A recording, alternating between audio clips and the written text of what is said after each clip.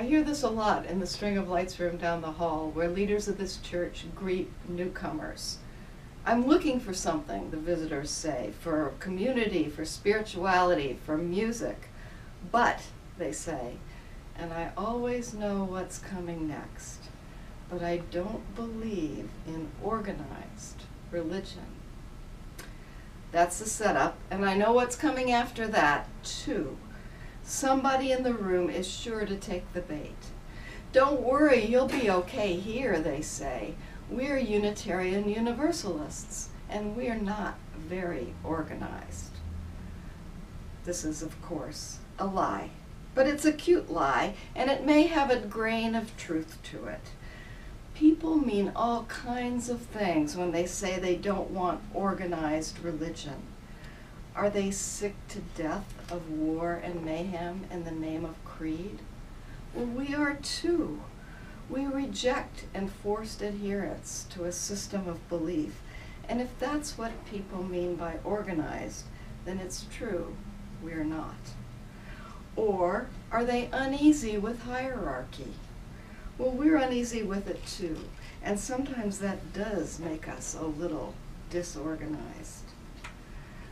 But if what they mean is they don't like the idea of religion as an institution, well, in that sense, we have to cop to being organized, because this church and Unitarian Universalism in general are patently institutional. It takes an institution to create church. It takes organization to create worship. And very often, it takes preparation to get to joy. Maybe you've seen the YouTube video of the flash mob dance at the Antwerp train station. It's on our UUCAVA website. It takes place in a busy train station in Belgium, and it starts out with one guy dancing with a little girl, maybe it's his daughter, as Julie Andrews' voice comes over the PA system. Do a deer, a female deer. Then a few more people join the dance, and a few more. Other people stop to watch. What's going on here? Is this spontaneous, or is it planned? Pretty soon there are dozens. Old people, young people, large people, and small, dancing like they're in a Bollywood movie. People are amazed. They laugh. They wipe away tears. Clearly, these people practiced long hours to look this spontaneous. What's so moving about this? As people are going about their daily lives, running to catch whatever trains are on their schedule for that day, something unexpected breaks in, stops them in their tracks, throws them off balance, reminds them that forces of which they know nothing are at work in the world. Back to our String of Lights room. What brings them, these 21st century seekers who claim to be spiritual but not religious? What brings them to a church? What brought you? Nathan was brought here out of a sense that there is more to this world than he can see or hear, and that in community, through music, story, and word, he and his children might reach out and touch it. Others come, each with her own story. One has been on a spiritual path for a long time. Meditation here, a retreat there, yoga class on Tuesdays. One has seen it in flashes, the power of love, the beauty in a slant of sunlight, the way the heart drops into the belly when she's listening to a Bach prelude. They all want to pay attention to these moments, but life is moving so very fast. They need community to help them make it stick. Or they have questions, bushels of them, about how it is that we are to live our lives. How are we to be good? How shall we live, knowing that we are all one day to die?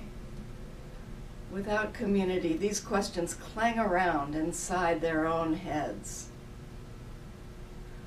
Or possibly they look at the world as it is and they feel a passion for justice burning in their hearts. They figure they can do so much more in community than any one of us can do alone to bend the arc of history toward justice. They want to do this work in a faith community, one that is organized around shared values. I came looking for church in my late 20s.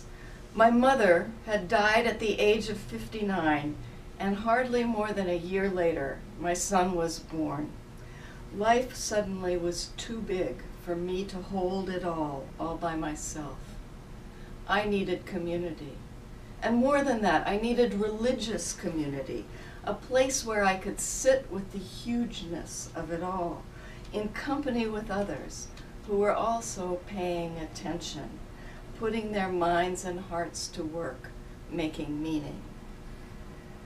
To pay attention in a regular way in community requires being organized, requires institutional support.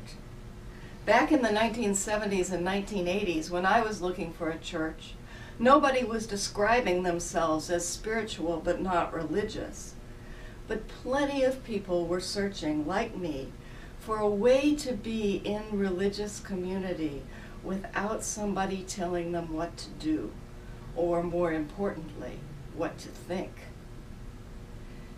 Unitarian Universalist congregations are places, are institutions where that can happen. It started in the 1600s when the Europeans who came to these shores were looking for something too, a place where they could be religious and organized in a whole new way, a way that was radical in its time. They decided they didn't want a big ecclesiastical structure, no bishops and certainly no popes, telling their local congregations what to do. Bishops and popes and huge institutions, in their experience, led the people on a path toward error.